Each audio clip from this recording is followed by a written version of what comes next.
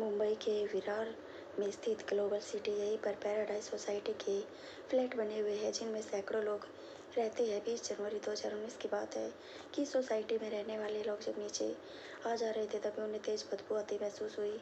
वैसे तो यह बदबू पिछले 2 दिनों से महसूस हो रही थी, लेकिन उस दिन असहनीय थी। कई दिन से बदबू की वजह से लोग नाक बंद कर चले जाते थे। उन्हें यह पता नहीं लग रहा था कि आखिर दुर्गंध आ कहाँ से रही है। सोसाइटी के गार्डों ने भी इधर उधर देखना, कहीं कोई बिल्ली या कुत्ता तो नहीं मर गया, पर ऐसा कुछ भी नहीं मिला।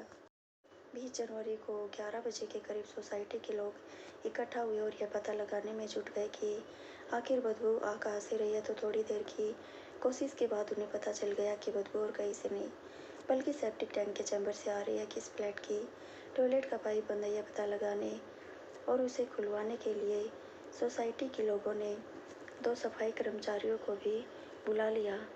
सफाई कर्मचारियों ने चेक करने के बाद पता लगा लिया कि सोसाइटी की सी विंग के फ्लैटों का जो पाइप सेप्टिक टैंक में आ रहा था वह बंद है। सी विंग में फ्लैट थे, उन्हीं का पाइप नीचे से बंद हो गया था। पाइप बंद होना आम बात होती है जो आए दिन फ्लैटों में देखने को मिलती रहती है। सफाई कर्मचारियों ने जब वह पाइप खोलना शुरू किया तो उसमें मांस के टुकड़े मिले। पाइप में मांस के टुकड़े फंसे हुए जिनकी सड़ांध वहाँ फैल रही थी। सोसाइटी के लोगों को यह बात समझ नहीं आ रही थी कि मांस डस्टबिन में फेंकने की बजाय सोसाइटी के लोगों को यह बात जब पाइप में मांस ज़्यादा मात्रा में निकलने लगा तो सफाई कर्मचारियों के अलावा सोसाइटी के लोगों को भी आश्चर्य हुआ। शक होने पर सोसाइटी के एक पदाधिकारी ने पुलिस को फ़ोन कर इसकी जानकारी भी दे दी। सूचना मिलने पर अनारला थाने के इंस्पेक्टर सुनील माने पैराडाइज सोसाइटी पहुंच गए। पाइप में फंसा मांस देखकर उन्हें भी आश्चर्य हुआ। उसी दौरान उन्हें उस मांस इंसान की 3 उंगलियां दिखी। उंगलियां देखते ही उन्हें माजरा समझते देर नहीं लगी। समझ गए कि किसी ने कत्ल के लाश के छोटे छोटे टुकड़े करके इस तरह ठिकाने लगाने की कोशिश की है। जल्द ही यह बात पूरी सोसाइटी में फैल गई, जिसके चलते आदमी के अलावा महिलाएं भी इकट्ठी हो गई। मामला सनसनीखेज था, इसलिए इंस्पेक्टर माने को फोन द्वारा इस सूचना पाल करके एसपी गौरव सिंह को जयंत बल्बे द्वारा दी गई। पुलिस कंट्रोल रूम में यह सूचना प्रसारित होने के बाद क्राइम ब्रांच की टीम भी मौके पर पहुंच गई। पुलिस ने मांस के समस्त टुकड़े अपने कब्जे में लिए। पुलिस की समझ में यह बात नहीं आ रही थी कि जिस हत्या की गई वह इसी सोसाइटी का रहने वाला था या फिर कहीं बाहर का। जिस पाइप में मांस के टुकड़े फंसे मिले थे वह पाइप सी विंग के फ्लैटों का था। इससे यह बात साफ हो गई थी कि कत्ल इस विंग के किसी फ्लैट में किया गया। सी विंग में 7 फ्लैट थे। पुलिस ने उन फ्लैटों को चारों ओर से घेर लिया ताकि कोई वहां से पुलिस की मर्जी के बिना कहीं ना जा सके। फोरेंसिक एक्सपर्ट की टीम भी बुला ली गई थी। वरिष्ठ पुलिस अधिकारियों की मौजूदगी में पुलिस ने उन सभी फ्लैटों की तलाशी शुरू कर दी। तलाशी के लिए पुलिस फ्लैट नंबर 602 में पहुंची। वह फ्लैट बाहर से बंद था। लोगों ने बताया वैसे तो इस फ्लैट की मालिक पूनम टपरिया है, लेकिन कुछ दिनों पहले उन्होंने यह फ्लैट किशन शर्मा उर्फ पिंटू नाम के एक आदमी को किराए पर दे दिया था। वही इसमें रहता था।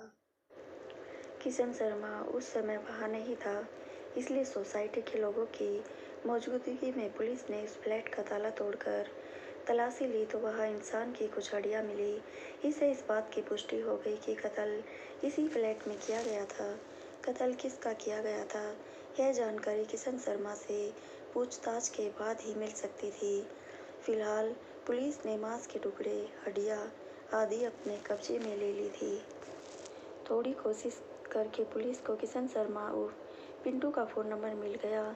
वह कहीं फरार न हो जाए, इसलिए पुलिस ने बड़े रेलवे स्टेशनों, बस अड्डे व हवाई अड्डे पर भी पुलिस टीमें भेज दी। इसके अलावा सीनियर पुलिस इंस्पेक्टर घनश्याम मढ़ाव ने किशन शर्मा का मोबाइल नंबर मिलाया। इत्तेफाक से उसका नंबर मिल गया। उन्होंने अपनी पहचान छिपाते हुए किसी बहाने से उसे एक जगह मिलने के लिए बुलाया। उसने आने के लिए हाँ कर दी तो वह पुलिस टीम भेज दी गई। वह वहाँ आया तो सादा लिबास में वहाँ पुलिस मौजूद थी, तो पुलिस कर्मियों ने उसे दबोच लिया।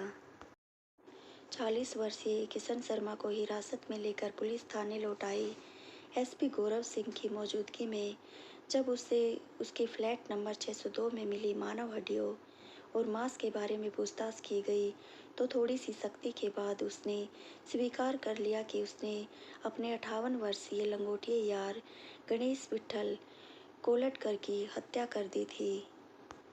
पुलिस ने मृतक के शरीर के अन्य हिस्सों के बारे में पूछा तो किशन ने बताया कि उसने गणेश की लाश के करीब 500 टुकड़े किए थे। कुछ टुकड़े टॉयलेट में फ्लश कर दिए और कुछ टुकड़े टेरन से सफ़र के दौरान फेंक दिए। किशन के अनुसार उसके सिर हड्डियाँ बायंदर की खाड़ी में फेंकी थी। गणेश विट्ठल किशन शर्मा का घनिष्ठ दोस्त था, तो आखिर ऐसा क्या हुआ कि दोनों के बीच दुश्मनी हो गई। दुश्मनी भी ऐसी कि किशन शर्मा ने उसकी हत्या कर लाश का कीमा बना डाला। इस बारे में पुलिस ने किशन शर्मा से पूछताछ की तो इस हत्याकांड की दिल दहला देने वाली कहानी सामने आई।